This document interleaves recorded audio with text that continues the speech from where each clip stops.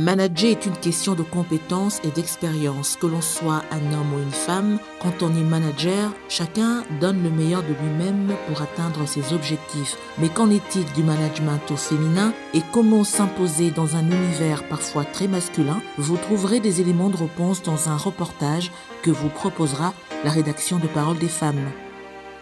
Belle, intelligente, brave et dynamique, Caroline Pindinora, notre invitée de ce jour, est une femme aux multiples casquettes, à la fois architecte, activiste des droits des femmes et créatrice de bandes dessinées. Elle se distingue dans le leadership féminin en matière d'architecture et de par son engagement pour la cause de la femme et de la jeune fille. Elle nous en parlera dans la rubrique Rencontre. Et pour terminer, nous respecterons notre tradition en ouvrant comme à l'accoutumée le portail de l'actualité de la condition des femmes dans le monde.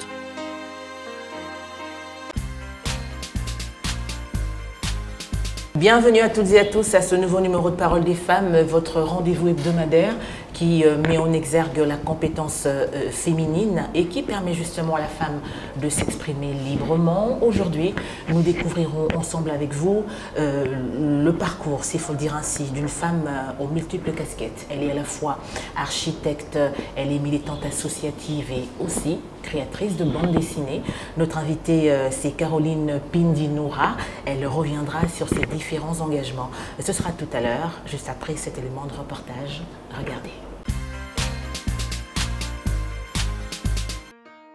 De plus en plus nombreuses au sein des entreprises, les femmes managers ouvrent la voie à une autre manière de diriger. Avec elles, c'est la pratique du pouvoir qui se féminise. Manager est une question de compétence et d'expérience. Que l'on soit un homme ou une femme, quand on est manager, chacun donne le meilleur de lui-même pour atteindre ses objectifs. Dans la pratique et à cause des préjugés encore tenaces, une femme manager aura tendance à en faire plus qu'un homme pour prouver sa légitimité. Alors, pour s'imposer à la tête d'une équipe, c'est par le travail que va se gagner la crédibilité. La compétence professionnelle est donc le sésame pour un travail en confiance. Mais le travail ne fait pas tout, car les femmes doivent assumer et affirmer leur féminité. Reconnues pour leurs compétences professionnelles, elles sont appréciées pour leur approche humaine du monde du travail. En entreprise, les femmes managers sont réputées plus sensibles, plus collaboratives et consensuelles que leurs homologues masculins. Et ce n'est pas parce que les femmes occupent des postes auparavant réservés aux hommes qu'elles doivent leur ressembler. Sans en faire trop, sans tomber dans la séduction, les femmes doivent assumer leur féminité en entreprise parce que la féminité n'est pas incompatible avec les responsabilités et la capacité à mener une équipe. Bien au contraire, bien faire son travail ne suffit pas. Il faut aussi apprendre à travailler son image, de sorte que ses collaborateurs et sa hiérarchie prennent conscience des efforts fournis. Soigner son image en interne et en externe via le marketing de soi et la maîtrise des réseaux sociaux, communiquer proactivement sur ses succès, travailler son attitude, langage corporel, posture, voix, etc. sont des astuces essentielles à adopter pour capitaliser sur le travail bien fait. Dans cette démarche, les réseaux féminins apportent un soutien dont les cadres auraient tort de se priver. Ils permettent aux femmes d'échanger sur leurs expériences, de voir ce qui se fait ailleurs et de recueillir des conseils. Enfin, les femmes managers ont un autre rôle clé à jouer aujourd'hui, aider une nouvelle génération des femmes leaders à émerger en accompagnant les jeunes talents.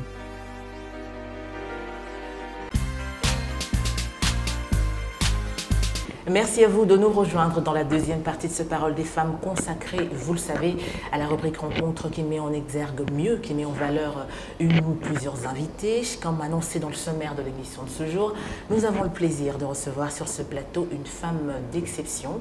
On l'a dit, femme à multiples casquettes, à la fois architecte, militante associative et aussi créatrice de bandes dessinées. Caroline Pindinora nous reçoit dans ses installations. Bonjour madame. Bonjour ma chère Nancy. Et merci en tout cas de nous recevoir chez vous. C'est tout naturel. Afin d'étancher notre curiosité par rapport à ces différents engagements que vous avez. Merci beaucoup d'avoir porté ton choix sur ma modeste personne. Donc je ferai de mon mieux pour, voilà, pour te faciliter la tâche. Vous y arriverez, j'en suis sûre. Merci. Comment allez-vous? Je vais bien. Je vais très bien Nancy. Je suis en face de toi, donc je vais bien. Voilà. On l'a dit, architecte de formation. Oui. À quand remonte exactement cette passion que vous avez pour l'architecture? Ouf, c'est depuis toute petite. Hein. C'est à l'âge de 10 ans que j'ai appris par mon père qu'il existait une profession qu'on appelait architecture. Et il m'a observé, il a vu que j'aimais beaucoup dessiner les maisons. Et oui, j'aimais bien dessiner les maisons et j'étais très attirée par tout ce qui était construction, bâtiment et tout. Et c'est comme ça qu'il m'a dit, écoute ma fille, est-ce que tu sais quelles études il faut faire pour construire des maisons et tout? Moi, tout bonnement, je lui ai dit, il faut devenir maçon. Ouais. Il me dit, non, il y a une profession plus noble qu'on appelle l'architecture. Et c'est resté dans mon subconscient. J'ai toujours travaillé, même les choix que j'ai faits dans ma vie par rapport aux études et tout, c'était vraiment pour m'emmener à concrétiser cette ambition que j'avais de devenir architecte. Ouais. Donc c'est certes depuis très jeune, vous l'avez dit, à l'âge de 10 ans, que vous nourrissiez cette envie de découvrir l'univers de la construction. Mais qu'est-ce qui vous plaît le plus dans l'architecture? En fait, ce qui me plaît, c'est vraiment... j'ai toujours comparé l'architecture à une grossesse qu'on porte pendant 9 mois. Oui.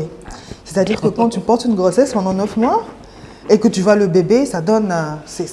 le sentiment qu'on ressent, c'est pareil que lorsque tu conçois un bâtiment sur papier et tu matérialises le bâtiment comme ça.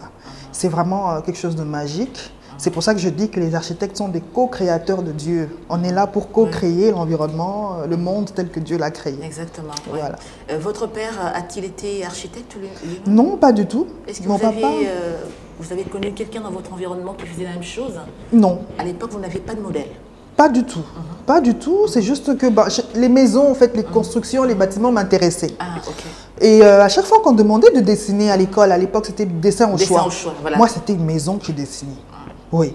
Et je me rappelle qu'un jour, j'ai vu, on était en représentation, en mutation à Bujimaï.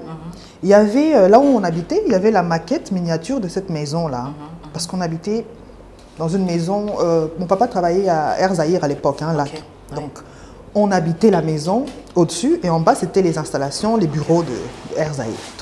Il y avait cette représentation miniature du bâtiment. Exactement.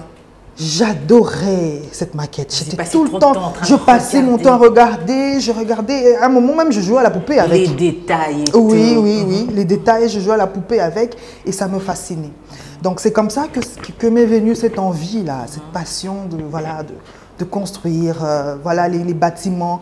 Quand je suis en face d'un très beau bâtiment, c'est un sentiment, je ne sais pas comment expliquer. C'est comme si j'étais en face d'une belle femme, d'une belle créature, d'un bel homme. Voilà, c'est vraiment ça. Alors, quelle formation avez-vous suivi pour matérialiser ce rêve? Moi, j'ai obtenu mon diplôme d'État en mathématiques physiques au collège Saint-Raphaël. Donc, j'ai distingué. Félicitations. Merci. Donc, au collège Saint-Raphaël, c'était en 2000. Et puis, après avoir obtenu mon diplôme d'État, je suis allée à l'IBTP, actuel ISAU, et j'ai obtenu mon diplôme d'architecte en 2007. Donc, ça fait très longtemps que je suis architecte. Vous êtes donc licencié en architecture des grands équipements. Oui. Autrement dit? Parce qu'aujourd'hui, il y a plusieurs branches en architecture, il y a des architectes d'intérieur. Mais moi, je ne suis pas architecte d'intérieur. Moi, je conçois les grands bâtiments, les bâtiments en général. C'est-à-dire, je peux, à ce stade, quand tu finis, quand tu as ton diplôme d'architecte, tu es capable de construire des immeubles, tu es capable de construire des stades, tu es capable de concevoir des gratte-ciel. Donc voilà, je suis architecte des grands équipements, tout comme je suis aussi capable de construire une petite case. Oui. Donc vous êtes capable de construire un stade, vous avez dit. Oui. C'est pas un peu effrayant, la grandeur du projet? Non, pas du tout. Pas du tout, c'est pas effrayant. En fait, c'est pour ça qu'on est formé. Parce que pendant les cours, pendant le cursus académique, on vous apprend des choses et on vous donne des TP. Il y a plusieurs sujets de TP. On peut vous donner un TP sur, je ne sais pas moi, immeuble appartement. On peut vous donner un TP sur stade. On peut vous donner un TP sur une prison, concevoir une prison. Donc, il y a une diversité. Je me rappelle que pour mon travail de fin d'études, j'ai conçu, c'était un musée. Voilà. Oui, je devais concevoir un musée et je l'ai fait. Et je me rappelle même qu'il y avait aussi un projet un pavillon d'exposition universelle. Voilà, un pavillon d'exposition universelle. Donc il y a plusieurs projets comme ça, des hôpitaux. On nous apprend à le faire quand on est dans le monde académique. Donc c'est avec le temps que finalement tu prends goût et tu apprends, tu sais exactement ce que tu dois faire quand il s'agit de construire, concevoir un hôpital. Tu commences par déjà mener des enquêtes pour savoir comment un hôpital fonctionne, parce qu'il ne faudrait pas concevoir un hôpital comme un hôtel. Par exemple, pour un hôpital, on sait qu'il faut bien gérer les flux. Tu vois, quand il ne faudrait pas qu'une personne qui est malade, qui vient, entre en collision avec un monsieur qui vient de mourir, qu'on emmène à la morgue, par exemple. Tu vois, le moral de la personne serait comment? Donc, il faut réfléchir sur tout ça. Ce n'est pas seulement l'aspect bâtiment, non. C'est-à-dire qu'il faut vraiment réfléchir sur la fonctionnalité du bâtiment, comment le bâtiment va fonctionner, gérer le flux. Hein? Il ne faudrait pas que les malades qui viennent, on les appelle seuls, se croisent avec, je sais pas moi, les personnes qui sont hospitalisées. Ou, voilà. Et puis il faut, par exemple avec la Covid-19, il y a le côté sanitaire qui est très important. Il ne faudrait pas non plus que les vêtements, les draps des malades qui sont peut-être contagieux entrent en contact avec des personnes qui viennent. Donc il y a tout ça. C'est vraiment du travail de réflexion. Il faut réfléchir, il faut, voilà. Et ce n'est pas évident. Avez-vous connu des difficultés pendant la période de stage? Étiez-vous coincé quelque part non, mais, aussi non, mais justement, la période de stage, c'est pour apprendre. Exactement. Lorsque tu es coincé, tu as un maître. Moi, je me rappelle, j'ai fait mon stage chez Arcade Construct avec l'architecte Damien Ilunga, donc, que je salue d'ailleurs. C'est lui un peu qui a été mon maître. C'est lui qui m'a appris. Votre mentor. Oui, mon mentor, qui m'a appris beaucoup de choses. Et quand je suis partie de chez lui, je suis allée travailler avec l'architecte Kim Mukwanga, que je salue aussi, Crest. Oui. C'est vraiment lui, avec lui que j'ai appris, j'ai beaucoup appris sur le métier, sur la profession, sur les conceptions des bâtiments. J'ai approfondi un peu cette connaissance-là. C'est avec lui que j'ai fait ça. Madame Pindi, quand on sort d'une école d'architecture, où peut-on travailler? Déjà, on devrait. Normalement, tu dois t'inscrire au tableau. Okay. Tu dois faire un stage de 2 ans chez un architecte dans un bureau d'études reconnu de la place de la République. Et après ces 2 années, normalement, tu dois écrire à l'Ordre national des architectes pour qu'on t'inscrive, on t'octroie un numéro d'ordre. Okay. Voilà. Quand tu as ton numéro d'ordre, alors c'est à ce moment-là qu'on peut t'appeler architecte. Oui, parce que là, tu peux maintenant, comment dire, travailler en tant qu'architecte. Avant, ce n'est pas le cas, parce qu'il y a des gens, il y a des architectes, entre guillemets, qui finissent, qui ont leur diplôme, mais qui ne sont pas censés travailler comme architecte parce qu'ils n'ont pas encore obtenu leur numéro d'ordre. Okay. Donc, pour que tu sois appelé architecte et pour que tu exerces la profession d'architecte, tu dois obtenir ton numéro d'ordre et être inscrit au tableau de l'Ordre national des architectes. Donc, dès que tu as ça, tu peux créer ton bureau d'études, tout comme tu peux, parce qu'il y a beaucoup d'architectes aussi qui sont dans la recherche, hein. Il y en a qui sont aussi dans l'enseignement, c'est-à-dire que quand tu distingues, tu peux très bien être retenu assistant, oui. Voilà, et puis voilà, tu fais des recherches, tu deviens professeur d'université. Tu peux aussi travailler dans la fonction publique, oui, un peu comme moi. Exactement. Ou tu peux créer ton propre bureau d'études, voilà, pour soumissionner. Voilà, il y a toujours des appels d'offres, tu exerces comme architecte dans ton pays.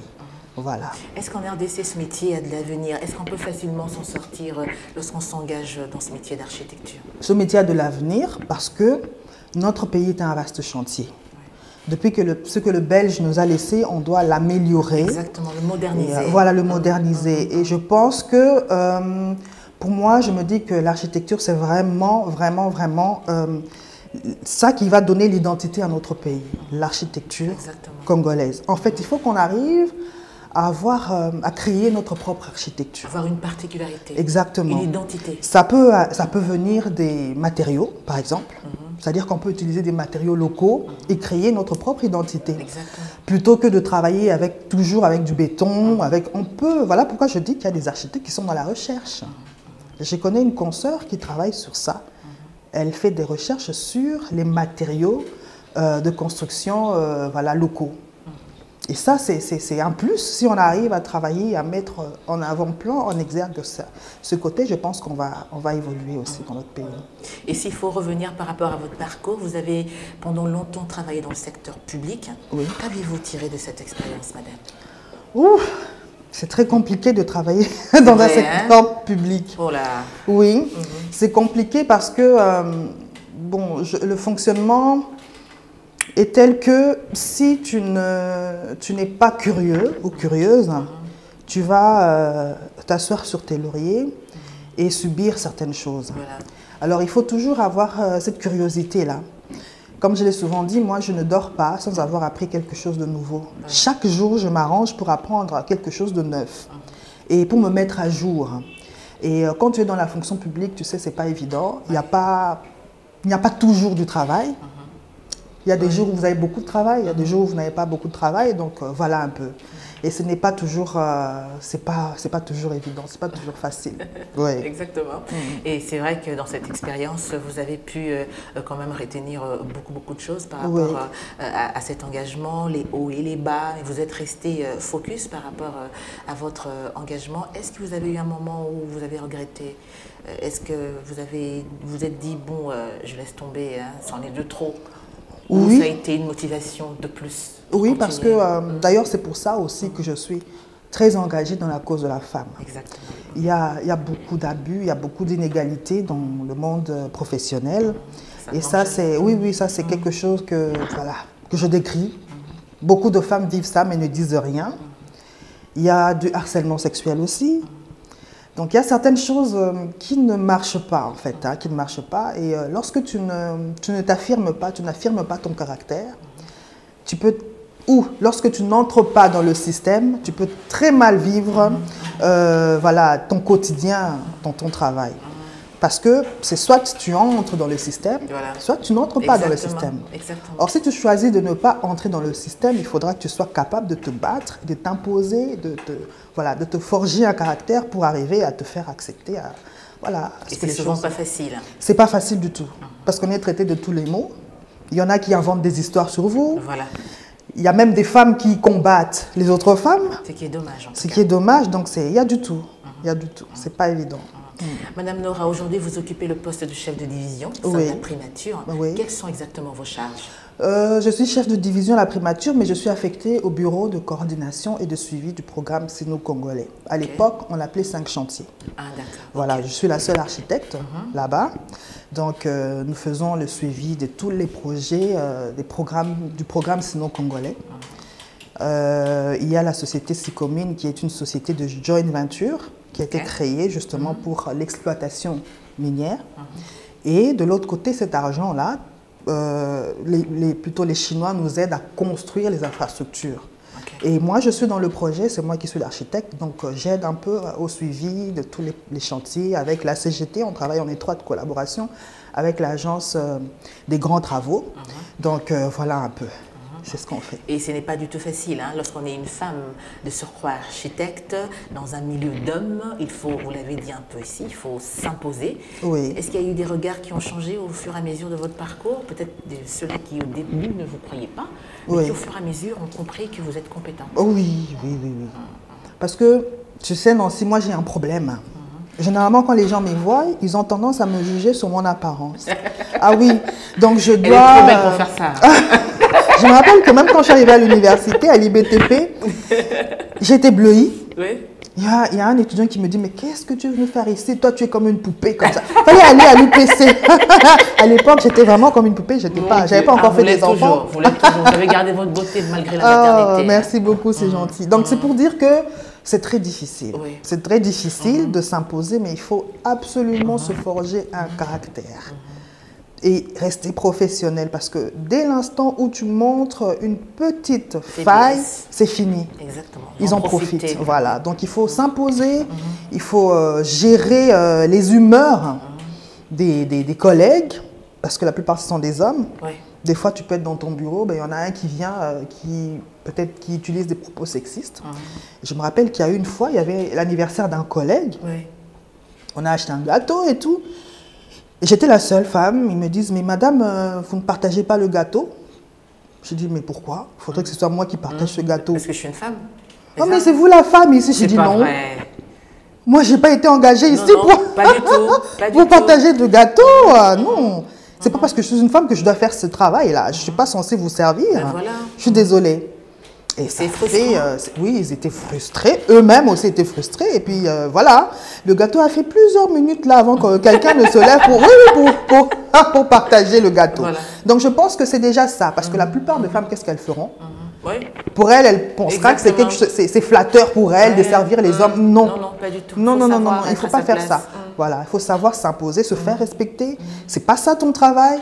Tu es architecte ou tu es, je sais pas moi, expert au même titre que les autres.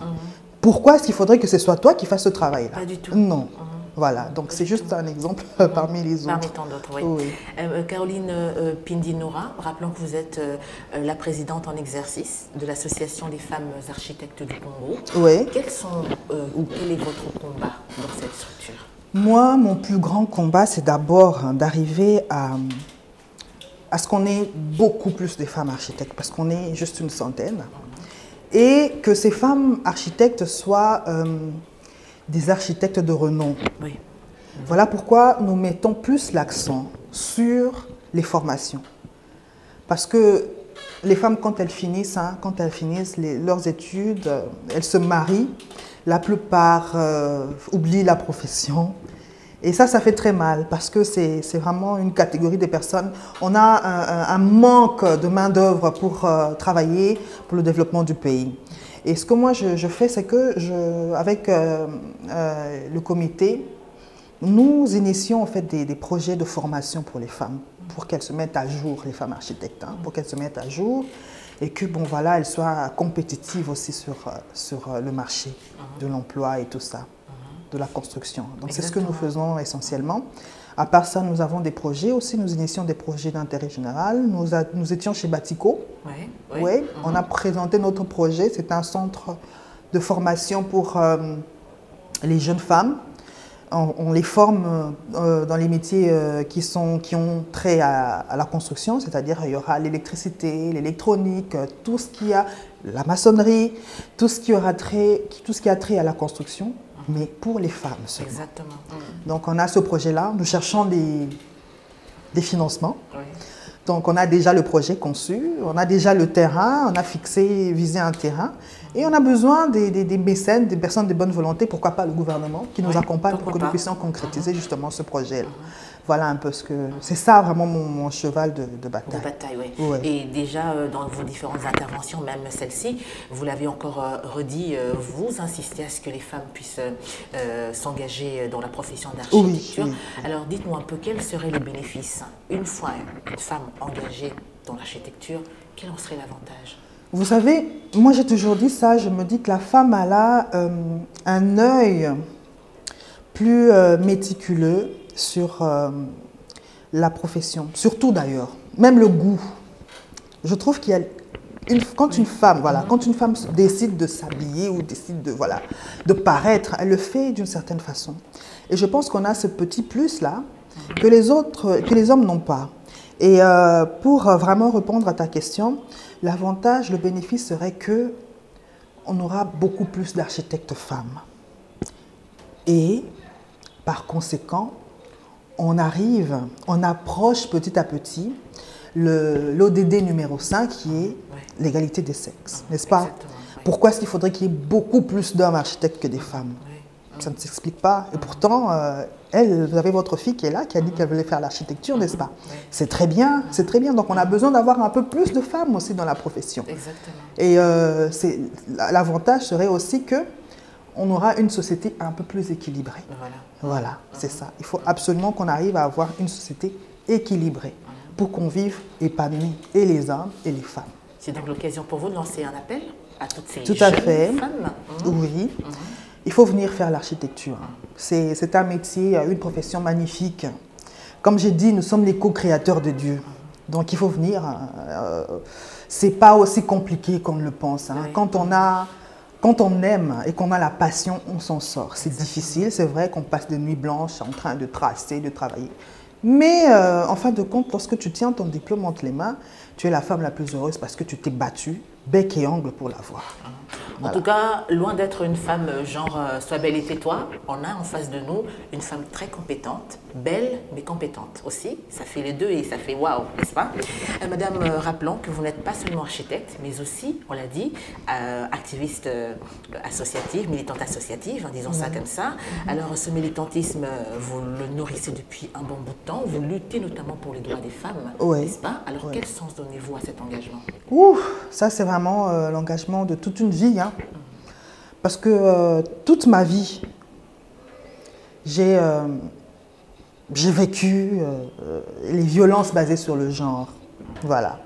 J'ai été victime de harcèlement sexuel, j'ai été victime d'injustice, j'ai été virée d'un travail parce que j'étais enceinte par mon patron, il m'a virée, il n'a pas supporté voilà, que je sois enceinte, il a trouvé que j'allais être incompétente alors qu'en fait j'ai travaillé jusqu'à la fin.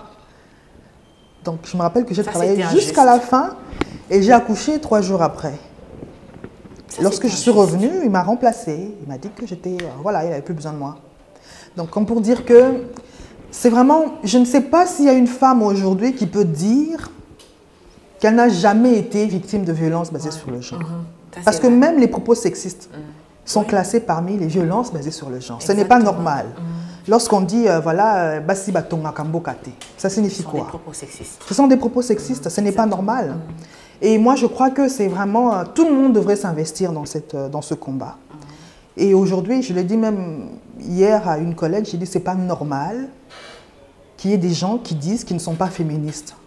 Moi, je ne comprends pas ça. Oui. Normalement, tout le monde devait être féministe. Est-ce parce qu'on ne comprend pas très bien le sens du mot féminisme?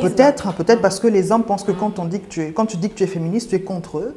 Tu veux les castrer, tu veux, ça n'a rien à voir. Au contraire, le combat féministe, nous le menons avec les hommes. On a besoin des hommes pour arriver à cette équité qui va nous mener à l'égalité des sexes. C'est ça, on a besoin des hommes. Donc, dire, moi, je ne suis pas féministe et tout, je trouve que c'est très grave. C'est comme si, aujourd'hui, on acceptait le racisme. Non, le combat féministe est l'équivalent du combat raciste. Exactement. Parce qu'en fait, vous êtes marginalisé à cause de votre sexe ou à cause de votre couleur de peau. Ce n'est pas comme si vous l'aviez cherché. Ce n'est pas parce que tu es née femme que tu dois être marginalisée, que tu dois être écrasée ou où on doit bafouer tes droits. Non. Donc aujourd'hui, tout le monde devrait dire « je suis féministe ». Et les hommes et les femmes. Voilà. C'est vrai que hier, elles étaient, on va dire, elles se taisaient par rapport à toutes les injustices. Aujourd'hui, on va le reconnaître que les femmes sont de plus en plus nombreuses à être engagées pour dénoncer, pour lutter contre toutes ces formes d'injustice dont elles sont victimes, justement. Alors, quels sont, d'après vous, les combats des femmes aujourd'hui en RDC? D'abord, il y a mais vraiment l'égalité des droits. Il y a quelque chose qui m'a... une victoire, pour moi, je trouve que c'est l'une des plus belles victoires qu'on a eues. C'est lorsqu'on a aboli comment on appelle ça déjà, pour demander l'autorisation maritale. Ok, ah oui. Ça, c'est vraiment... oui, c'est une très grande victoire. Exactement. Et je remercie Madame Marie-Ange Lukiana pour ce qu'elle a fait, parce que c'est elle. Et moi, je me dis que le plus grand combat aujourd'hui pour les femmes, d'abord, il faut qu'on arrive à gérer les violences basées sur les genres. C'est très important parce que dans les violences basées sur le genre, il y a tout dedans. Il y a le harcèlement sexuel, il y a le viol, il y a les propos sexistes, les comportements sexistes, il y a les violences domestiques, les violences conjugales, il y a le mariage précoce dedans, il y a même ce qu'on appelle les mutilations génitales. C'est vrai qu'ici chez nous, c'est pas... Mais il y a tout ça dedans, il y a même la prostitution forcée dedans. Oui. C'est vraiment tout, ce concept englobe tout. Et c'est notre plus grand combat. Voilà pourquoi on se bat pour que nous puissions vraiment mettre fin à ce fléau. C'est très grave. Par exemple, par rapport aux violences domestiques, conjugales, il y a des femmes qui meurent. Oui. Mais c'est banalisé. Aujourd'hui, tu ne peux pas aller porter plainte pour violence conjugale. Tu dois porter plainte pour coups et blessures. Ça n'a pas de sens. Pas du tout. Pas du tout. Ça n'a pas de sens. Quand tu vas porter plainte, tu portes plainte pour coups et blessures. Mais tu ne portes pas plainte pour violence conjugale parce que notre loi n'accepte pas ça. Voilà, ne dis pas que c'est un crime. Alors qu'en fait, c'est un crime puisqu'il y a des femmes qui meurent sous les coups de leur conjoint. C'est pas normal. Et ça, c'est vraiment l'un de mes chevaux de bataille. J'ai été nommée il y a peu chef du département des violences, de lutte contre les violences domestiques par le groupe G100. Oui. C'est un groupe international qui regroupe plusieurs femmes influentes du monde entier. Et moi, je suis chargée de gérer ce département-là. Félicitations. Merci. Mais ce n'est pas du tout repos. Hein. Pas du tout, pas du tout. Donc, j'ai vraiment eu une expérience, c'est pour ça que je suis très focus sur ça. Dans ma famille, hein, j'ai vécu ça. J'ai vécu une personne qui était très proche à moi, qui a vécu des violences conjugales et qui a même perdu la vue pendant 6 mois plutôt, 6 semaines. Oh mon Dieu, 6 jours, excuse-moi. Pendant 6 jours. Elle a perdu la vue pendant 6 jours. Parce que le monsieur l'avait tellement défiguré qu'elle n'arrivait plus à voir. C'est pas vrai. Vous imaginez? Et ça, ça a vraiment été le déclic pour que je me dise, mais il faut absolument que je fasse quelque chose à mon niveau pour aider ces femmes. Parce que je ne peux pas rester là, être spectatrice. Et si tout le monde pouvait réfléchir comme ça, je pense qu'on aurait largement avancé avec notre lutte contre les violences basées sur le genre. Madame, comment mieux agir par rapport à cela? C'est vrai que quand vous évoquez par exemple les violences conjugales et domestiques, de plus en plus il y a des femmes, on voit dans les réseaux sociaux, mortes parce que... mais comment peut-on faire justement pour mieux agir contre? En fait, il faut rassurer ces femmes-là. Le problème, c'est que quand tu es... C'est vraiment, pour moi, je trouve que c'est la forme de violence la plus grave. Pourquoi? Parce qu'en fait, ce type de violence se passe dans un cadre restreint, fermé. C'est-à-dire que tu es avec ton bourreau 24 heures sur 24, tous les jours. Exactement.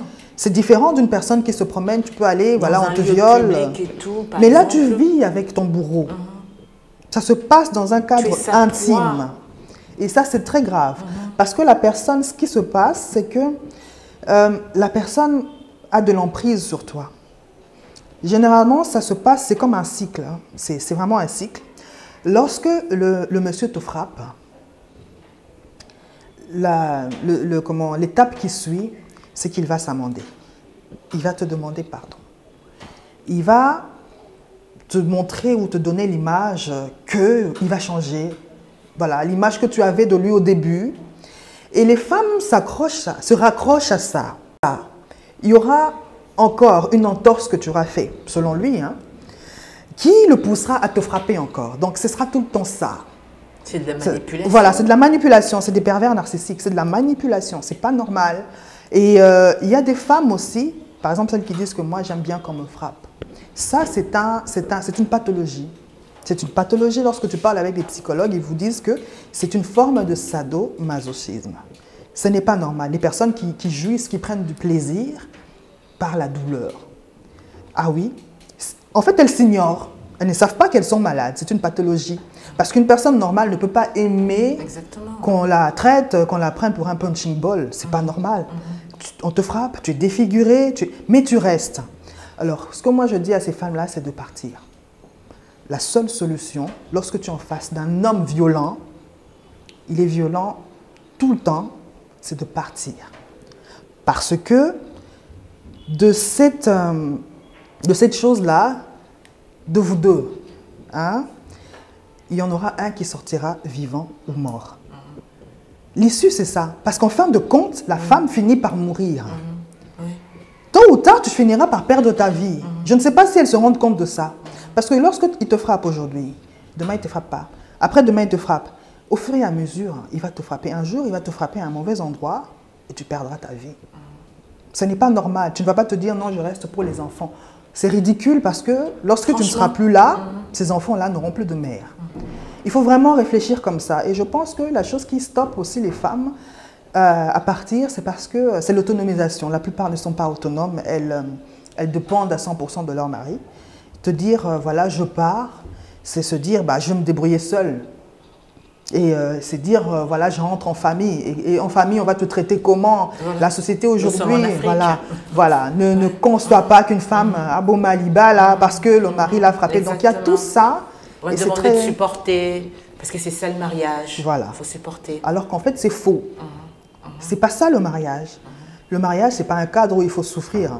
En fait, c'est vraiment l'idée qu'on a mis, on a semé dans la tête des femmes. Ce n'est pas vrai. Le mariage est censé être un cadre d'épanouissement mutuel. Exactement. Ouais. Lorsqu'il y en a un qui souffre au point de, voilà, même dans sa chair, ce n'est plus un environnement bien, parce que tu ne t'épanouis plus. Au contraire, tu meurs à petit feu. Parce qu'il y a des femmes, ce que je n'ai pas dit, c'est qu'il y a des victimes de violences conjugales qui se suicident aussi. Oui. Oui. Donc les violences conjugales, ce n'est pas seulement les coups et blessures. Non. Même la violence verbale existe. Oui. La violence psychologique existe. Exactement. La violence économique existe. Oui. Le fait que tu aies un mari qui te surveille tout le temps. Ou qui te coupe la ration carrément. C'est pas normal. Tout le temps, tu es où, ou tu prends le téléphone, tu te mets à fouiller. Et ça, c'est des deux côtés. Hein. Moi, je parle même aux hommes et aux femmes. Oui. Tu prends le téléphone de ton mari, tu te mets à fouiller et tout. Ce n'est pas normal. Ce n'est pas normal. Ce sont des choses qui ne doivent pas être, hein, qui n'aident pas en fait les foyers. Donc c'est plusieurs types de violences comme ça. Il y a des femmes qui se disent non, mon mari ne me frappe pas. Mais ton mari ne te frappe pas, il est tout le temps en train de te ridiculiser devant les gens. Quand tu prends la parole, toi, qu'est-ce que tu vaux, toi tu... C'est pas normal, hein, des paroles rabaissantes, voilà, pas rabaissantes plutôt, c'est pas normal. C'est pas normal.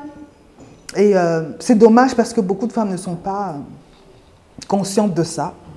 Elles acceptent tout et n'importe quoi. Acceptent, qui comprennent et que vous accompagnez et qui en sortent vraiment gagnantes. Oui.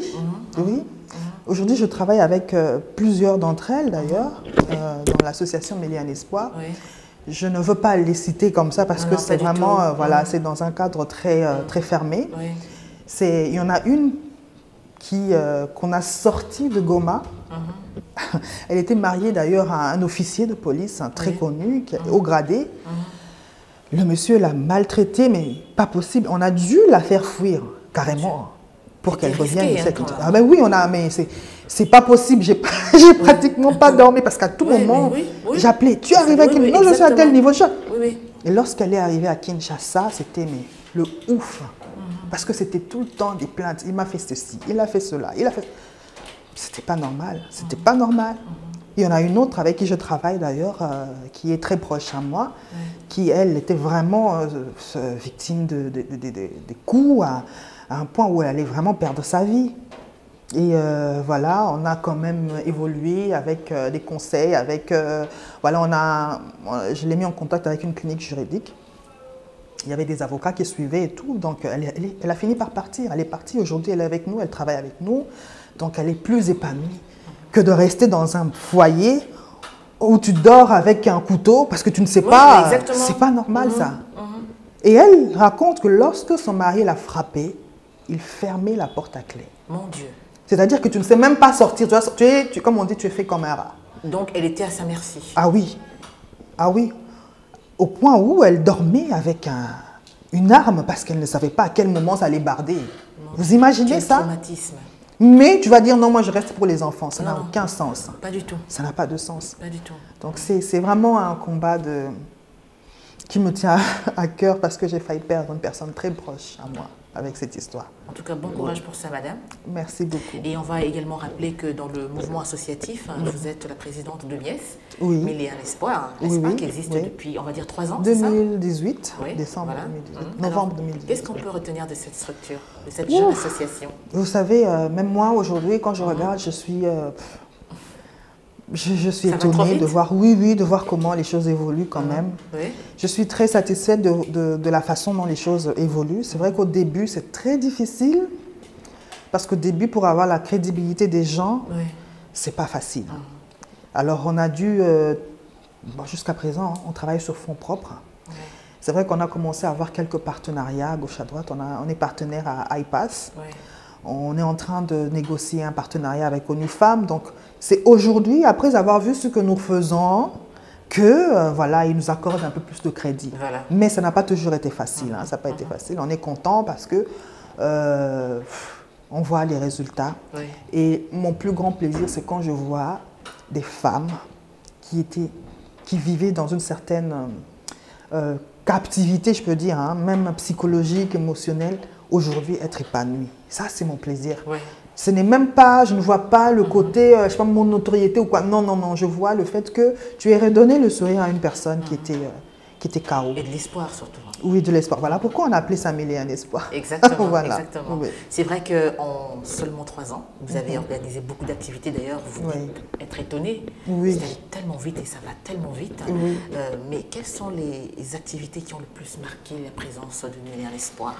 Oui, il y a d'abord la conférence sur les violences conjugales. Violences conjugales de l'amour au féminicide. Ouais. On a appelé des experts. Il y avait le psychologue, le docteur Jean Lumbala, que je salue aussi en passant, qui a expliqué un peu le cadre, pourquoi les femmes, toutes les questions que tu me poses ici, pourquoi les femmes restent et tout. Oui. C'était très intéressant parce qu'il y avait aussi des témoignages. Oui. On a recueilli des témoignages des femmes. Il y a des gens qui ont pleuré dans la salle. Il y a des gens qui ont pleuré dans la salle. Donc, pour dire que c'était vraiment le début, ça, c'était vraiment le début de, voilà, de notre expansion, ou apogée, je veux dire. Hein, voilà, c'était vraiment le début. Il y a également les vernissages que nous avons organisés, Oui. mais surtout le combat avec SOSAFEC, donc Solidarité pour la santé de la femme congolaise. C'est une dynamique qu'on avait créée. On a créé, mais on est un peu en stand-by avec 3 autres associations. Oui. La Fondation Monzango Sibo, le comité des femmes musulmanes du Congo, Oui. et puis l'Association des femmes battantes. Okay. On a en fait organisé des campagnes, une campagne de consultation gratuite pour les femmes, consultation gynécologique gratuite pour les femmes. Et on a pris en charge certaines d'entre elles. Et ça m'a étonnée parce qu'on a eu plus de 900 femmes qui se sont inscrites. Je m'en doutais. Ah oui, oui, oui. Il y en a même qui sont venues du Bas-Congo. Voilà. Et ça, c'était vraiment, je me suis dit, mais c'est fou. Il y a des femmes qui souffrent. Oui. Et à l'issue de ces consultations, il y a eu des femmes... En fait, le but, c'était vraiment de trouver des femmes qui souffraient d'endométriose. Voilà. Oui. Et de les prendre en charge. Il y en a qui ont été opérées et tout, mais c'était difficile parce que c'est sur fonds propres et tout. On n'a pas vraiment eu d'appui, mais bon, on s'est quand même battu. Et vous avez senti le poids, il y avait tellement de femmes qui étaient laissées de compte. Oui. Et c'était dur quand même. Manque d'argent et qui souffraient. On a frappé partout. On a frappé partout. Voilà. Mais bon, c'est dommage parce que je me dis, il y a des gens qui disent qu'ils aiment aider. Mais lorsqu'on vous donne une opportunité, l'occasion d'aider, ils ne le font pas. C'est paradoxal. C'est vraiment paradoxal. Mais bon, on s'est battu comme on a pu. Il y en a quand même qu'on a pu prendre en charge. Mais voilà. Donc, ce sont vraiment les événements phares. Il y avait aussi les vernissages de la BD. Oui, on en parlera tout à l'heure. Oui, le vernissage de la BD. Et l'événement qu'on a initié cette année pour la Journée internationale de la femme africaine. Oui, de la femme africaine, le Wanawake wa Africa. Okay. Oui, c'était pour mettre un peu en lumière toutes les héroïnes africaines qui ont impacté l'histoire. Voilà. Donc, c'était la première édition. On compte organiser la seconde édition l'année prochaine. Bien sûr. Donc, ce sont vraiment les plus grands événements qui ont fait quand même parler de Mêler un espoir. Exactement. Oui. Vous présidez Mêler un espoir et vous coordonnez un autre réseau, excusez-moi, c'est donc Ekoki Inatosha. Oui. Quel rôle jouez-vous? Je suis coordonnatrice, c'est moi qui coordonne. En fait, c'est un regroupement de plusieurs associations qui militent pour les droits des femmes et des enfants, mais aussi qui militent pour la paix en République démocratique du Congo. L'idée est partie, j'aimerais quand même dire que c'est un réseau qui est présidé par Madame Marie-Josée Ifoku, qui est ma mentor aussi, en passant. D'accord. Oui, que je salue encore une fois. Je salue beaucoup de gens. Ah oui, c'est très bien. Oui. C'est très bien. Donc, nous initions en fait des projets pour surtout par rapport à la guerre à l'Est, pour les femmes qui sont victimes de viols à l'Est. L'idée est vraiment partie de là. On a organisé une marche en 2021 pour dire stop au viol, à la guerre à l'Est du pays.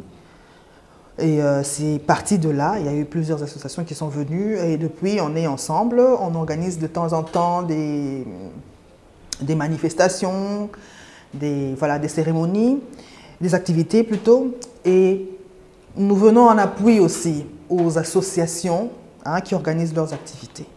C'est-à-dire que nous les appuyons avec la logistique, avec voilà, les personnes qui viennent pour aider. Donc c'est vraiment le but et c'est moi qui coordonne tout ça. Ah, c'est beaucoup de charges, hein? Vous avez Énormément. toujours le temps Pas toujours, parce que c'est la passion, mais aussi l'engagement qui vient de très loin. Oui. Et si c'est encore faire plus, c'est créer aussi des bandes dessinées. On l'a dit, vous êtes créatrice de bandes dessinées. C'est vrai que bon, c'est encore un autre travail qui demande plus de concentration. Alors, quelles sont les étapes pour créer une bande dessinée, madame? D'abord, il y a le scénario qu'il faut écrire. Ah oui. Oui, les scénarios, je les écris. Les scénarios, je les écris moi-même. Parce qu'il faudrait dire que je suis quand même assez exigeante. Hein. J'ai du mal à déléguer. Et ça, d'ailleurs, mon coach me dit, mais il faut que tu apprennes à déléguer. Avec un bon chef, c'est déléguer. Oui, oui, c'est ça. Donc, j'ai du mal à déléguer parce que je me dis, est-ce que la personne fera exactement comme je veux? Voilà. Ce qui fait que j'écris les scénarios moi-même. J'écris les scénarios moi-même. Mais le premier, notre première BD, non, également, c'est un ami, Bob Moussa, qui a écrit le scénario. Mais nous avons toute une équipe. Hein. Nous avons une équipe de dessinateurs et une équipe des monteurs. Hein, une personne qui monte les images et tout ça pour bien créer la BD. Et voilà, il faut d'abord écrire le scénario et puis après faire le crayonnage, hein, donner au dessinateur qui fasse le crayonnage et puis après il va faire le coloriage, hein, il va colorier plutôt et mettre des bulles, des conversations. Lorsqu'il finit ça, maintenant c'est Ruth que je salue, que j'aime beaucoup, qui travaille avec nous, qui met tout ça en musique pour former la BD. Et dès que c'est prêt, dès qu'on a la maquette, on va imprimer. C'est là maintenant que ça devient chaud. Ah oui, parce que quand tu imprimes, c'est un minimum de $5 par BD. Wow. Vous imaginez si vous devez imprimer, par exemple, 1000 BD. C'est beaucoup d'argent. Donc on imprime par étapes hein, parce qu'on n'a pas les moyens. Exactement. Et c'est vraiment notre outil de sensibilisation, oui, la bande dessinée. Parce qu'on s'est rendu compte que d'abord, c'est pour réconcilier les jeunes avec la lecture. Aujourd'hui, les jeunes ne lisent plus. Plus du tout. Ils sont sur TikTok, sur Facebook. C'est triste. Alors, on avait besoin de lier l'utile à l'agréable. Donc, on réconcilie les jeunes avec la lecture et on passe un message. Voilà pourquoi nos BD sont tous centrés sur la femme. Exactement. Oui, sur la femme. Il y en a beaucoup sur les violences basées sur le genre. Mais on a aussi une BD qu'on est en train de finir sur la participation des femmes aux élections. Voilà, moi c'est à Congo, on a appelé ça. Qui sera bientôt prêt. Voilà. Et si nous revenions sur le vernissage de novembre 2021 dernier, avec la BD intitulée Non également. Non également. C'est ça? Oui, oui. Alors quel a été le message clé? Oui, là c'était en fait l'histoire de... Ça parlait de harcèlement sexuel. C'était l'histoire d'une jeune fille. Il y a 3 histoires à l'intérieur. Hein, d'une écolière. Une écolière qui était harcelée par son professeur. Et voilà, son professeur a commencé par lui faire des petits cadeaux. Au début, c'était des petits cadeaux et tout. Et la fille, comme elle voulait être populaire, elle venait d'une famille très modeste. Elle avait besoin d'avoir aussi des baskets jolies comme les autres et tout. Avoir des cabellos comme les autres et tout. Du coup, le professeur en a profité. Il a commencé à lui faire des avances en lui donnant de l'argent jusqu'à ce qu'un jour, il lui propose un rendez-vous dans un hôtel. Elle ne savait pas. Elle est partie et puis elle se dit, mais comment, c'est quoi cet endroit et tout. Heureusement pour elle, il y avait la personne qui était à la réception qui a vu que c'était une mineure, c'est une petite fille, qui a appelé la police. Et on est venu trouver justement arrêter le professeur et tout. Ça, c'était la première histoire. La deuxième histoire, c'est une étudiante qui, elle, malheureusement, a cédé à un professeur. Elle s'est retrouvée enceinte parce qu'elle voulait avoir les points sexuellement transmissibles. Et voilà, c'était un peu pour dénoncer tout ça. Et la troisième histoire, c'était en milieu professionnel, un patron qui faisait la cour à la jeune fille, et parce que la jeune fille parlait bien avec son collègue, il a viré le collègue, parce qu'il se disait que la femme ne voulait pas de lui parce qu'elle sortait avec le collègue. Donc c'était vraiment pour illustrer un peu ce qui se passe dans notre quotidien. C'est vraiment la réalité. Oui, oui, oui. Et pensez-vous que les jeunes femmes, les femmes comprennent cela et sont aujourd'hui capables, prêtes de se défendre par rapport à ces différentes injustices? Non, c'est triste. Il faut vraiment que l'État nous aide. Parce qu'en fait, Il y a une jeune fille, ma fille m'a parlé d'une de ses amies. Elle dit non, mais maman, elle dit qu'il y a un professeur qui lui fait la cour et tout, qui la harcèle. Alors moi, je dis, mais il faut que la fille vienne me voir et tout. À un moment, elle me dit, mais elle dit qu'elle ne peut pas parce que non seulement il y a les parents qui risquent de compliquer ou quoi, il y a aussi le fait que les professeurs, c'est vraiment sa forme, ils ont un clan. Vous imaginez, vous dénoncez l'un de leurs. Vous pensez vraiment que cette fille à l'école continuera son cursus normalement? Pas du tout. Ils vont se faire passer le message. Voilà, ils vont se faire passer le message et la femme... casser la fille. Voilà, ils vont casser la fille. Donc c'est vraiment, c'est tout un système. C'est tout un système et c'est très difficile. D'abord, il faut que les parents doivent suivre leurs enfants. Il faut que tu sois ouvert pour que la fille te parle. Lorsqu'elle te dira ça, ne la juge pas directement. Il faut arriver maintenant à mettre en place une stratégie pour, comment dire, mettre cet instituteur hors d'état de nuire. Alors la chose, c'est vraiment de collaborer avec la hiérarchie de l'école, hein, pour qu'ils arrivent à mettre... Parce que la solution, c'est vraiment de mettre cet homme hors d'état de nuire. Parce que vous imaginez, s'il le fait, c'est qu'il y a des filles qui cèdent. Exactement. Donc c'est un pédophile, c'est un prédateur sexuel. Il est arrivé à le faire avec elle parce qu'il a tenté une fois, deux fois, il y a des filles qui ont cédé. Exactement. Alors il le fait comme ça. Et ça, c'est très grave. Lorsque vous présentez la chose de cette façon à l'école, alors l'école est plus réceptive. Plutôt que de venir voilà, avec brutalité et tout ça, non. Oui. Oui. Donc c'est un peu ça. Et à l'université, c'est plus difficile parce que là, tu es adulte. Voilà. Tu sais ce que tu fais. Tout ce qu'on peut faire, c'est sensibiliser et leur dire que c'est pas bon parce que bon voilà, il y a des conséquences. C'est vrai, tu peux donner ton corps. On peut insister sur les méfaits, hein, les conséquences. Oui. Parce que tu donnes ton corps, oui, tu donnes des points. Mais et puis après c'est quoi quand tu rentres dans la vie professionnelle? Après, c'est quoi? Il faut que tu arrives à défendre ton diplôme. Exactement. Sinon, à quoi ça sert? Et c'est ça en fait, c'est bien dommage. Caroline Pindi Nora, nous allons, avant de mettre un terme à l'émission de ce jour, parler compétences et surtout récompenses. C'est vrai que vos compétences crient, continuent de crier fort, n'est-ce pas? Et ça a attiré l'attention de plusieurs organisations. On va commencer par ce trophée. Moissy Atalo, femme de valeur, avec notre confrère Sorlida, que je salue. Alors, comment ça s'est passé pour ce trophée? Bah, il m'a appelé, je ne savais même pas qu'il me suivait en fait. Il a vu le travail que nous faisions avec les BD. Bah, il m'a appelé et il a dit, mais bon madame, voilà, est-ce que je peux vous rencontrer? J'ai dit oui, pourquoi pas. Il vient, il m'explique, voilà, nous sommes Moissy Atalo et tout, on aimerait vous donner un trophée parce que j'étais surprise. J'ai dit, oh mais c'est bien ça, ça fait, ça booste, ça fait plaisir de voir qu'il y a quand même des gens qui reconnaissent en fait le travail que vous faites. Pour le peuple. Et ça, c'est très... ça booste vraiment. Mais ce n'est pas la seule récompense, n'est-ce pas? Il y a eu d'autres. Oui, il y a eu des diplômes de mérite. Il y a eu aussi un autre trophée par rapport justement à la lutte contre l'endométriose que je n'ai pas ici. Et plusieurs diplômes de mérite. Et puis, il y a aussi le fait que je sois nominée au G100, c'est vraiment quelque chose de grand pour moi. Et j'ai été aussi nommée il y a peu, ambassadrice à la Jeune Chambre Internationale, GCI, voilà, GCI. Et voilà, ça fait plaisir, ça booste. Et surtout quand tu vois des femmes, des enfants, des jeunes qui, madame et tout. Parce que ce que je n'ai pas dit, c'est que je coach aussi certaines femmes aussi. Ah, mais c'est très bien ça. Oui. Parce que moi, je n'admets pas, je ne comprends pas qu'il y ait des femmes qui arrivent, qui montent, mais qui ne prennent personne sous leurs ailes.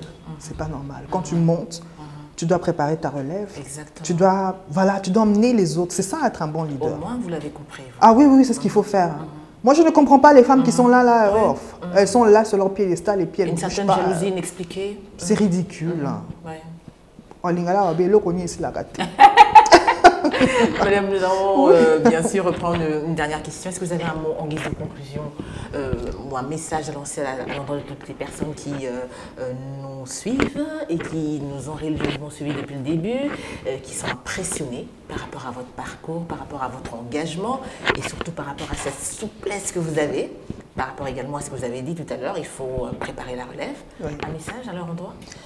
En fait, ce que j'aimerais dire ici aux femmes en général, c'est que c'est toi qui te forge, c'est toi qui te crée. J'ai toujours dit aux femmes que tu es le pilote de ta vie ou le PDG de ta vie. Alors c'est à toi de prendre les rênes. C'est toi qui engages, c'est toi qui congédie, c'est toi qui prends des décisions sur ta vie. Exactement. Il faut que tu prennes conscience de la valeur que tu as, de ton identité. Qui es-tu? Tu es une femme. Tu es une femme, tu es un enfant de Dieu. N'est-ce pas? Qu'est-ce que nous disons? Que Dieu est le lion de la tribu d'Israël, n'est-ce pas? L'enfant d'un lion est un lion. C'est-à-dire qu'il nous a créé à son image. Tout ce qu'il a, tout ce qui forme la personne ou l'entité Dieu, nous l'avons en nous parce qu'il nous a créés en son image. Exactement. Il faut que tu prennes conscience de ça pour que tu aies ce déclic-là qui va te pousser à te prendre en charge et à prendre des décisions qui vont te lever. Donc, c'est ce que je voudrais leur dire. Elles doivent être conscientes de leur identité d'enfant de Dieu et voilà, se prendre en charge. En tout cas, madame, ça a été un plaisir pour nous d'avoir parlé avec vous et surtout de toutes ces, on va dire, toutes ces belles choses que vous nous aviez dites. Ça nous a motivés et également motivé toutes les personnes qui nous ont suivis. Bonne continuation. Merci beaucoup, ma chère Nancy. Merci.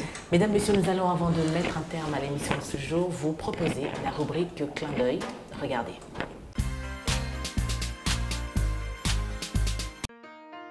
Voici pour vous l'actualité de la condition des femmes dans le monde. Jessica Inaba, une jeune femme congolaise de 23 ans, est entrée dans l'histoire en devenant la première avocate noire et aveugle de Grande-Bretagne. Pour atteindre cet objectif, Inaba a fait toutes ses études de droit en braille, attribuant son succès à ses amis et à sa famille. Jessica, Jess pour les intimes, a rejoint le barreau en tant que première avocate aveugle du pays. À propos de sa réussite, Jessica Inaba a déclaré « Je sais que je peux faire ce travail correctement et plus il y aura des personnes comme moi qui suivront une formation, plus cela deviendra facile. Je sais que je donne de l'espoir à d'autres personnes dans des situations similaires. » Actuellement, Jessica utilise une minuscule machine électronique avec un clavier en braille qui compte une touche pour chaque point et un petit écran où apparaissent les symboles. Pagayer pour se remettre d'un cancer du sein, c'est le parti pris par des milliers de femmes en rémission qui veulent rebondir et prévenir les récidives en pratiquant le Dragon Boat. Grâce à cette pratique sportive, les femmes traitées d'un cancer du sein se reconstruisent moralement et physiquement. Le Dragon Boat consiste donc à pagayer en équipe et à l'unisson sur une embarcation proche de la pirogue, parfois ornée d'une tête de dragon. À l'occasion d'Octobre Rose, un film revient sur l'histoire des pionnières de ce sport ancestral chinois qui renforce le haut du corps. Tout comme l'escrime, le Dragon Boat, en stimulant le drainage naturel du haut du corps, contribue à prévenir le lymphodème du bras, un gonflement chronique de ce membre qui est une implication courante après un cancer du sein. La Thaïlandaise Attaya Thithikul est devenue à 19 ans le deuxième plus jeune numéro 1 mondial de l'histoire du golf féminin, après un début d'année tonitruant sur le circuit LPGA. La jeune femme qui a triomphé à 2 reprises sur le circuit féminin d'élite basé aux États-Unis en 2022 et obtenu 12 autres places dans le top 10 cette saison, détrône la sud-coréenne Ko Jin-young. Attaya a l'habitude donc des exploits historiques. Elle avait remporté le championnat de Thaïlande en 2017 alors qu'elle n'avait que 14 ans. Ce sera tout pour l'actualité de la condition des femmes dans le monde.